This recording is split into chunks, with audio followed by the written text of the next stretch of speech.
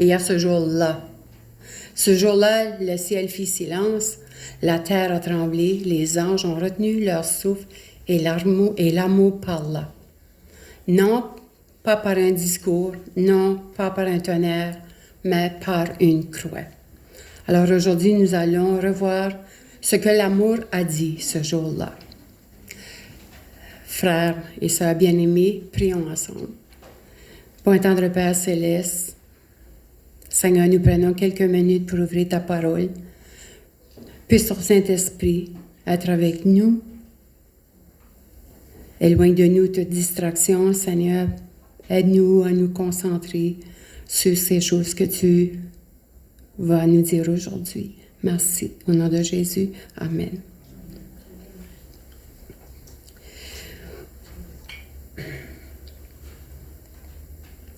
Lors de la création, l'amour parla.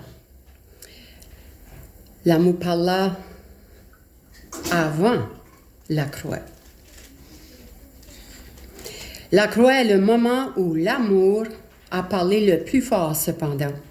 Mais depuis la fondation du monde, Dieu n'a pas cessé de parler son langage d'amour. À la création, l'amour dit, on lit dans Genèse, premier chapitre, Dieu dit que la lumière fut et la lumière fut. Et il continue, et toute sa création, Dieu parle et la chose arrive. L'amour parla après la chute. L'antagoniste du péché, dans Genèse 3,15, « Je mettrai l'inimité entre toi et la femme, entre ta postérité et sa postérité. Celle-ci t'écrasera la tête et tu lui blesseras le talon. » Avant même la punition, avant la loi, avant le jugement, Dieu promet un sauveur. La grâce parle avant la condamnation. Dans Genèse 3,9, on entend l'amour dire « Mais où es-tu? » Lorsqu'Adam et Ève ont péché, ils sont allés se cacher. Et c'est Dieu qui dit « Mais où es-tu, Adam? » Et c'est là que Dieu offra le premier sacrifice d'un animal pour leur faire des vêtements. Dans Genèse 4,10, Dieu dit à Caïn, « Qu'as-tu fait? » Et on sait que avant que Caïn tue son frère, Dieu l'avait avisé pour un changement de cœur. « Mais où es-tu? Qu'as-tu fait? Le sang de ton frère crie jusqu'à moi. » L'amour parla par les sacrifices et le sanctuaire. Dieu se pourvoira lui-même d'un agneau dans Genèse 22,8. Lorsqu'Abraham est allé pour offrir son fils, Dieu a pourvu le sacrifice. Chaque agneau qui était offert disait « Quelqu'un mourra à sa place éventuellement. » Le sanctuaire proclamait « J'habiterai au milieu d'eux ». Et Dieu avait demandé de faire un sanctuaire et sa présence était toujours avec le peuple. L'amour veut toujours être proche. L'amour parla par la foi et les prophètes. L'amour a parlé à travers de Moïse, Abraham, Noé, Josué, Ézéchiel, Job, Osée, Jonas, Néhémie, Daniel, Zacharie, et on peut continuer. Dans Deutéronome 6,5, « Tu aimeras l'Éternel, ton Dieu. » La loi protège la relation. Isaïe annonce, elle a été transpercée. L'amour avertit pour sauver. Ce jour-là, l'amour a vu l'humanité perdue. Depuis Éden, le péché avait dressé un mur entre Dieu et l'homme. Et la conséquence, la loi condamnait. La justice exigeait, l'humanité fuyait Dieu. Tous reconnus comme pécheurs et privés de la gloire de Dieu. Romains 3,23. Dieu n'ignorait pas notre état. Il voyait notre honte, notre incapacité à nous sauver nous-mêmes. Ce jour-là, l'amour n'a pas détourné le regard.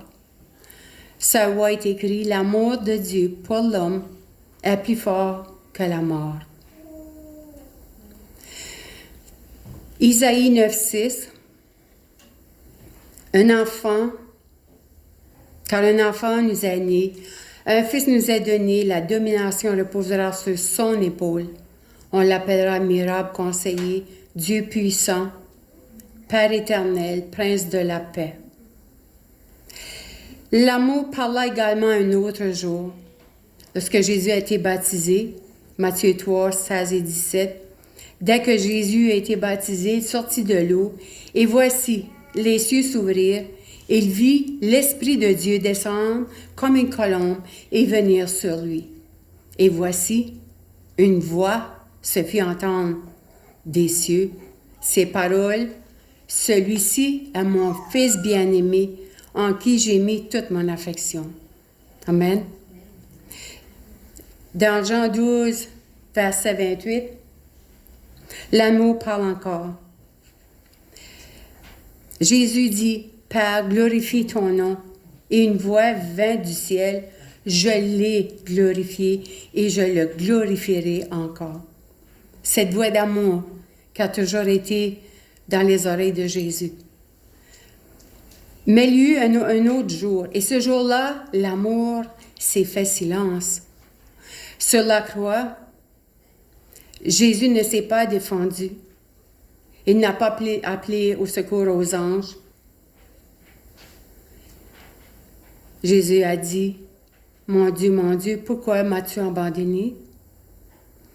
Et dans Isaïe 53, 7, on lit, comme une brebis muette devant ceux qui l'attendent, et il n'ouvrit point la bouche. Pourquoi ce silence? Parce que l'amour n'avait rien à prouver. L'amour avait tout donné. Chaque clou disait, je reste. Chaque goutte de sang disait, je t'aime. Chaque souffle arraché disait, jusqu'au bout. Ce jour-là, l'amour a parlé à la croix.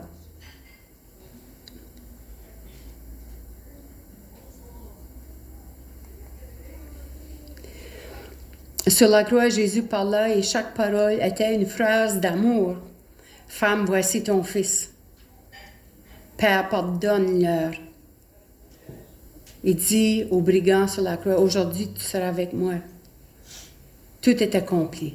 Enfin, l'amour avait vaincu. La croix est le langage de l'amour. Mon auteur favori dit, la croix du calvaire révèle l'amour de Dieu dans toute sa profondeur et sa puissance. Amen. Ce jour-là, l'amour a choisi la perte pour donner la vie. Aux yeux du monde, Jésus a perdu et Satan semblait vainqueur. Mais en réalité, la dette avait été payée, le péché avait été vaincu et la mort avait été condamnée. Colossiens 2,15, il a dépouillé les dominations et les autorités et les a livrées publiquement en spectacle en triomphant d'elles par la croix. Jésus vainqueur à ma place. Et aujourd'hui, l'amour parle encore. La croix n'est pas un événement du passé, frères et sœurs. C'est une voix vivante pour aujourd'hui. Elle dit à celui qui est brisé, reviens. À celui qui doute, regarde à la croix. Et à celui qui se croit indigne, tu as de valeur à mes yeux. Jean 12, 32. Quand j'aurai été élevé de la terre, dit Jésus, j'attirerai tous les hommes à moi. Aujourd'hui, la croix attire encore et l'amour parle encore. Est-ce que tu l'entends? Apocalypse 18, 4. Et j'entendis du ciel une autre voix qui disait, sortez du milieu d'elle, mon peuple, afin que vous ne participiez point à ses péchés et que vous n'ayez point de part à ses fléaux. L'amour nous parle aujourd'hui, frères et sœurs. Sortez d'elle. Sortez de Babylone. Pour revenir à Isaïe, dans qu'est-ce qu'il a annoncé? Il a annoncé deux grandes vérités dans un seul verset. Un enfant nous est né, la première venue de Jésus, et la domination reposera sur son épaule, sa deuxième venue. Le Messie vient d'abord comme un enfant, puis il reviendra comme un roi, le roi des rois, le Seigneur des seigneurs. De Jésus dans une crèche à un Jésus au trône, sa majesté céleste, dans toute sa puissance. À la première vue, il vient souffrir pour sauver. Mais dans sa seconde venue, il revient régner pour toujours. Le roi glorieux, le juge des nations, l'époux de l'Église, victorieux sur tout royaume humain. C'est à ce roi-là qu'on s'attend aujourd'hui. Isaïe utilise différents titres pour parler de ce Messie qui doit revenir une deuxième fois. Il l'appelle admirable parce qu'il reviendra dans la gloire. À sa première venue, Jésus était humble. À son retour, sa gloire émerveillera tout œil. Isaïe 28, 29, on lit « Cela aussi vient de l'Éternel des armées. Admirable est son conseil et grande est sa sagesse. Le monde entier sera dans l'étonnement devant cette majesté céleste. Conseiller, il viendra juger avec une parfaite sagesse. Aujourd'hui, Jésus conseille nos vies par son esprit et par sa parole. Mais à son retour, il exercera un jugement parfait et juste. On parlait justement de ceci à l'école du sabbat des adolescents. La justice de Dieu, qu'on a souvent de la difficulté à comprendre parce que ce n'est pas la même justice que nous, on a. Dans 2 Timothée 4, verset 1, « Je t'en conjure devant Dieu et devant Jésus-Christ, qui doit juger les vivants et les morts, et au nom de son apparition et de son royaume. Il jugera les vivants et les morts. Sa sagesse sera pleinement manifestée devant toutes les nations. » Isaïe l'appelle aussi le Dieu Tout-Puissant.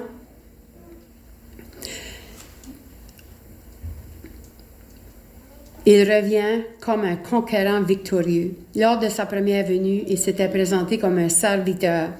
À son retour, sa seconde venue, il se manifeste comme Dieu Tout-Puissant, le vainqueur du mal. Apocalypse 1, versets 7 et 8. « Voici, il revient dans les nuées, et tout œil le verra, même ceux qui l'ont percé, et toutes les tribus de la terre se lamenteront à cause de lui. » Oui, amen. Je suis l'alpha et l'oméga, dit le Seigneur Dieu, celui qui est, qui était, qui vient, le Tout-Puissant. Le Seigneur Jésus apparaîtra du ciel avec les anges de sa puissance. Isaïe l'appelle aussi Père éternel, parce qu'il va réunir les familles. C'est un papa qui veut ses enfants ensemble. Il est le Père du siècle à venir, celui qui donne la vie éternelle. À son retour, il revient rassembler ceux qui lui appartiennent. Matthieu 24, 31, il enverra ses anges avec la trompette retentissante et ils rassembleront ses élus des 4 vents, depuis les extrémités des cieux jusqu'à l'autre. Aucun de ses enfants ne sera oublié. Impossible pour Dieu d'oublier ses enfants. Isaïe l'appelle aussi le prince de la paix. Il établira un royaume de paix parfait. Finalement, la paix sera rétablie. À sa première venue, il a donné la paix dans le cœur. À sa seconde venue, il va établir la paix sur toute la nouvelle création. Amen. De l'accroissement de sa domination et de la paix, il n'y aura point de fin. Ils ne seront plus Ils ne feront plus ni tort ni dommage, car la connaissance de l'Éternel remplira la terre. Dans Isaïe 11, 9. Amen. La paix. Finalement, ses enfants vivront dans la paix. Le prince de la paix instaura une paix universelle et éternelle. Dans Apocalypse 21, versets 4 et 5, on lit « Il essuiera toute l'âme de leurs yeux, et la mort ne sera plus. Il n'y aura plus ni deuil, ni cri, ni douleur, car les premières choses ont disparu. » Et celui qui était assis sur le trône dit « Voici, je fais toutes choses nouvelles. » Et il dit « Écris, car ces paroles sont certaines et véritables. » Amen. Dieu n'est pas un menteur. Il revient. Le retour de Jésus, promesse sûre et imminente. Combien de vous croient que Jésus revient? J'espère que chacune de nous croit, a confiance, persévère en sachant, parce que c'est notre seule espérance, frères et sœurs, que Jésus revient. Jésus lui-même l'a promis dans Jean 14, 3. « Et lorsque je m'en serai allé et que vous aurez préparé une place, je reviendrai et je vous prendrai avec moi, afin que là où je suis, vous y soyez aussi. » Les anges l'ont promis aussi. Ils ont dit, ce Jésus reviendra de la même manière qu'il est déjà venu. Les apôtres l'ont prêché. Dans Apocalypse 4,16, on lit « Car le Seigneur lui-même a un signal donné à la voix d'un archange et au son de la trompette de Dieu, descendra du ciel et les morts en Christ ressusciteront premièrement. » L'Apocalypse l'annonce. Apocalypse 22, 20. Celui qui atteste ces choses dit « Oui, je viens bientôt. » C'est Jésus qui parle. « Oui, je viens. » Le retour de Jésus n'est pas une possibilité, c'est une certitude annoncée dans toute la Bible. Comment vivre en attendant son retour? Il faut veiller, il faut être prêt, il faut persévérer dans la foi et vivre dans la sainteté. Veillez donc, car vous ne savez pas quand votre Seigneur viendra. Tenez-vous prêts. Est-ce qu'on est prêt aujourd'hui pour le retour de Jésus? Persévérer dans la foi. Celui qui persévérera jusqu'à la fin sera sauvé. Persévérance. Que l'Esprit Saint nous aide à persévérer dans la foi. Vivre dans la sainteté. Vous serez saints car je suis saint. Lévitique 11,44 dit « Car je suis l'Éternel, votre Dieu, vous vous sanctifierez et vous serez saints, car je suis saint. » Comment on fait? En gardant les yeux fixés sur Jésus. Apocalypse 3, 20. « Voici, je me tiens à la porte et je frappe. Si quelqu'un entend ma voix, ouvre la porte, je rentrerai chez lui, je souperai avec lui et lui avec moi. » Jésus ne s'impose pas sur nous. Pourquoi il faut qu'il cogne à la porte? Parce que la porte est fermée. Si la porte de notre cœur serait ouverte, il n'y aurait pas besoin de cogner. Mais il doit cogner parce que notre porte est fermée. Ouvrons la porte de nos cœurs, mes frères et sœurs bien-aimés, afin que Jésus puisse venir vivre en nous, afin qu'on puisse être obéissant, afin qu'on soit capable d'aimer comme lui a aimé. Jean 10, 27, Jésus dit, « Mes brebis entendent ma voix, je les connais et elles me suivent. »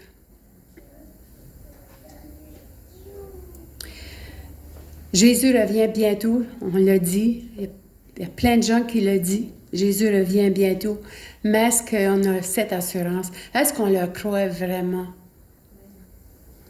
On le dit, mais est-ce qu'on le croit vraiment? Et si Jésus revenait aujourd'hui, est-ce que notre cœur est prêt? Est-ce que notre relation avec Jésus est bien?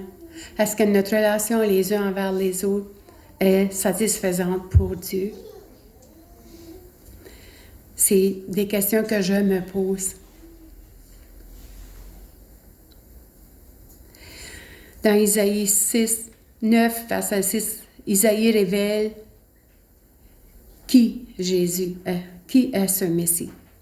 Les évangiles révèlent ce qu'il a fait, l'Apocalypse révèle ce qu'il fera. Aujourd'hui, l'amour t'appelle à 3 décisions possibles.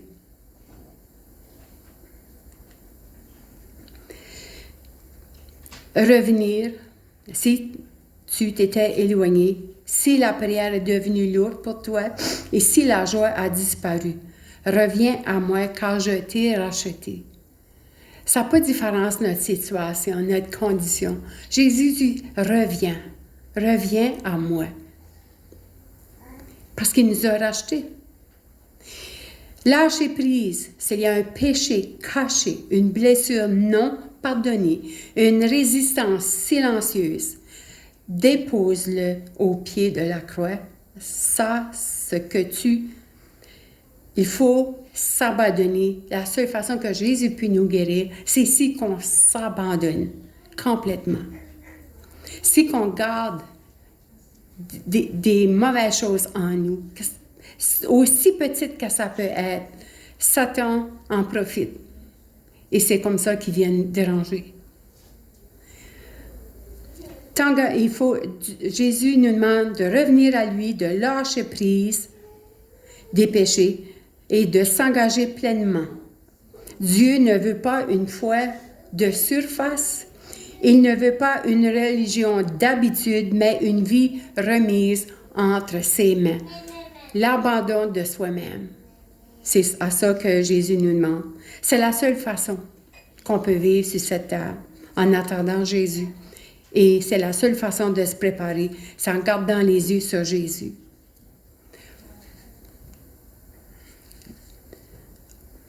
Dieu prouve son amour envers nous en ce que, lorsque nous étions encore des pécheurs, Christ est mort pour nous. Il est venu comme un sauveur et il revient comme un roi. Il revient chercher son Église. Il revient établir la paix éternelle. C'est ça que Jésus revient pour. La doctrine de la seconde apparition de Christ a toujours été enseignée par l'Église depuis que le Seigneur est monté vers son Père pour y préparer des demeures pour recevoir l'Église. C'est l'événement qui consomme ses espérances, qui détermine la période de travail et de douleur et qui introduit le repos éternel. Jésus, l'époux, l'Église, l'épouse. L'Église doit se préparer pour son époux. Chacun de nous qui formons l'Église, chacun de nous, on doit s'assurer qu'on est prêt à accueillir cette majesté céleste qui vient nous chercher. Quelles scènes sublimes s'ouvriront alors que devant les enfants de Dieu qui ont été si longtemps dans l'attente, les cieux éclatants de lumière révéleront le Fils de Dieu dans sa gloire, entouré de tous les saints anges. Est-ce qu'on peut fermer les yeux une seconde et juste essayer d'imaginer cette majesté céleste, le Dieu Tout-Puissant, le Roi des Rois, le Seigneur des Seigneurs, dans toute sa puissance, qui descend, vient chercher son Église, qui a souffert, qui l'a attendu, après des milliers d'années. La trompette sonnera, les justes sortiront immortels de leur tombeau, et tout rédempteur et racheté, accompagné des armées célestes, monteront dans les demeures préparées pour Jésus dans la maison du Père. Jésus revient nous chercher, nous appelle par notre nouveau nom. Et tous les morts qui ont accepté Jésus pour leur salut vont ressusciter, les vivants vont monter et tous ensemble, on s'en va dans cette demeure céleste que Jésus a préparé pour nous. Quelle bonne nouvelle! C'est pour ça qu'il faut persévérer. Parce que le mieux est à venir. Le mieux est à venir. Les noces de l'agneau. Amen. Les noces de l'agneau. Imaginez, on est tous assis et qu'est-ce qui va nous servir? Jésus lui-même. Parce qu'on est ses enfants, on est ses invités. Autant Jésus est, du commencement à la fin, fait tout pour nous. Tout. Pour ceux qui aiment véritablement le Seigneur absent, le thème de son retour prochain pour donner l'immortalité aux justes morts et aux vivants est la source d'une indicible félicité. Cet événement, avec tous ses résultats grandioses, a toujours été l'espérance de l'Église. C'est mon espérance à moi. Qu'à chaque jour, est-ce que c'est aujourd'hui que Jésus revient? Est-ce que c'est... Ça peut, comme on ne sait pas.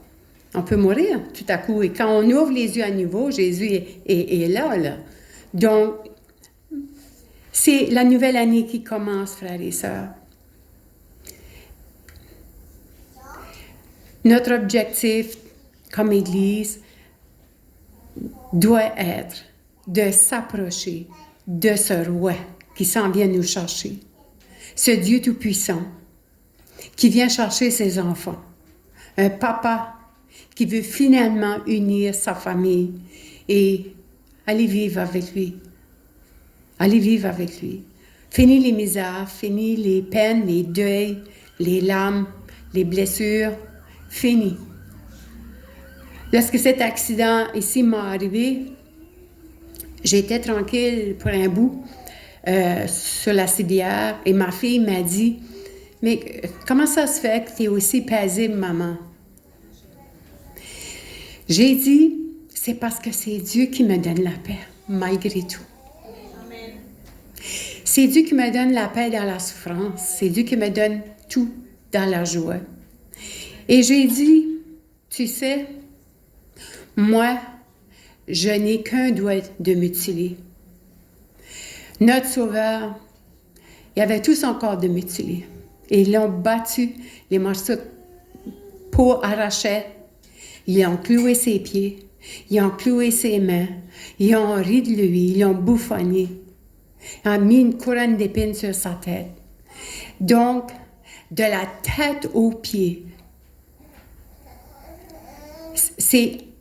on n'arrive pas à être capable d'imaginer la souffrance que notre Sauveur a passée à travers pour chacun de nous, pour moi personnellement.